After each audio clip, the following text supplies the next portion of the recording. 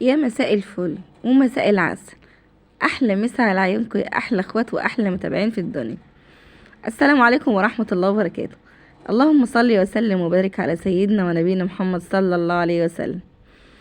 محمد ابني ربنا يكبر خاطره يا رب وخاطر ولادكم جميعا، اللهم امين. قولوا امين. امين يا رب العالمين. ربنا يحفظه ويكبر خاطر محمد ابني وولادكم وولاد امة محمد اجمعين يا رب، وده للناس كلها يا كريم. جبر خاطرنا كده وهو جاي من بره جايب لنا قرع العسل ده، وقلت له يا محمد بصراحه انا درسي وجعني ومش قادره اعمل حاجه. قال لي ما يهمكيش انا هعملها يا واد. قال لي هعملها. كان الكلام ده بعد المغرب كده بشويه. راح جايبها ومكسرها كده زي ما انتوا شفتوه، وراح مقطعها كده، قشرها كسرها كده وقشرها، وراح جايبها في الحله وقاعد بيقطعها كده بايده. بقول له انت اللي هتعملها لنا يعني؟ قال انا هعملها لك. فهو صراحه قال لي انا كفايه عليا اقشرها واقطعها لكم كده، وانتوا حرين اتعاملي بقى مع الباقي. كتر خيره، على قد ما عرف عمل. كتر الف خيره يا رب كده، يا رب يبارك فيه ويحفظه من كل شر، اللهم امين. يا ريت يا جماعه كلكم تدعوا دعوه حلوه من قلوبكم، ربنا يكبر خاطره كده وراضيه وراضيكم ويكبر خاطرنا وخاطرك، اللهم امين يا رب العالمين. طيب انا جيت خدت بقى خلاص، هو كده عمل اللي عليه. جابها كتر خيره وقطعها كده وقشرها ووضبها. خدتها غسلتها كويس برضو كده ووضبتها وحطيت عليها كوبايه ميه. بالظبط انا كده غسلتها اهو ووضبتها تمام. بقت ميتها نضيفه وزي الفل، عشان لو فيها عفرايه او مكان ماسك ده وكلام من ده. حطيت عليها بالظبط كوبايه ميه كده، حطيت عليها كوبايه ميه ولعت عليها علشان ايه تتسلق فيها. ورحت مهديه النار شويه لحين ما ربنا كرمها كده وبدات تستوي كده وتفك معايا.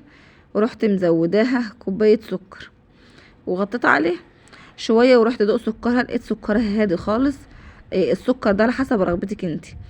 رحت رايحه مزوره سكرها، زودت لها كمان كوبايه سكر عشان يبقوا هما دلوقتي كده كوبايتين سكر بالظبط. وسبتها بقى على نار هاديه وكل شويه اقلب لغايه لما اتهرست. ما شاء الله ما شاء الله تبارك الله، اللهم بارك زي ما انتم شايفين كده.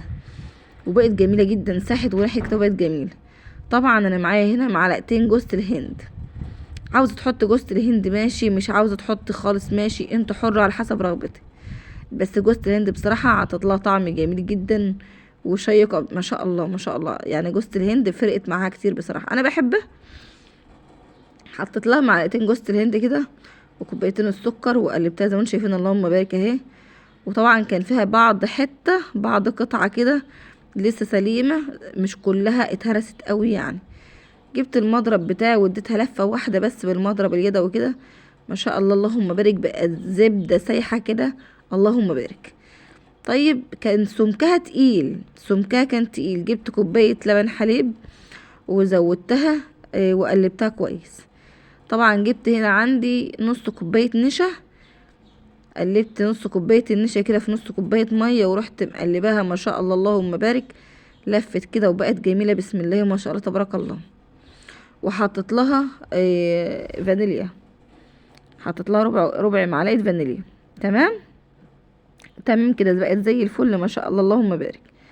طبعا بقى أنا ساعتها كان درسي كان واجعني وكانت الدنيا مش مظبطه خالص عندي، وجاي في وقت متاخر بقى ومصمم ان هو ياكل منها دلوقتي يعني.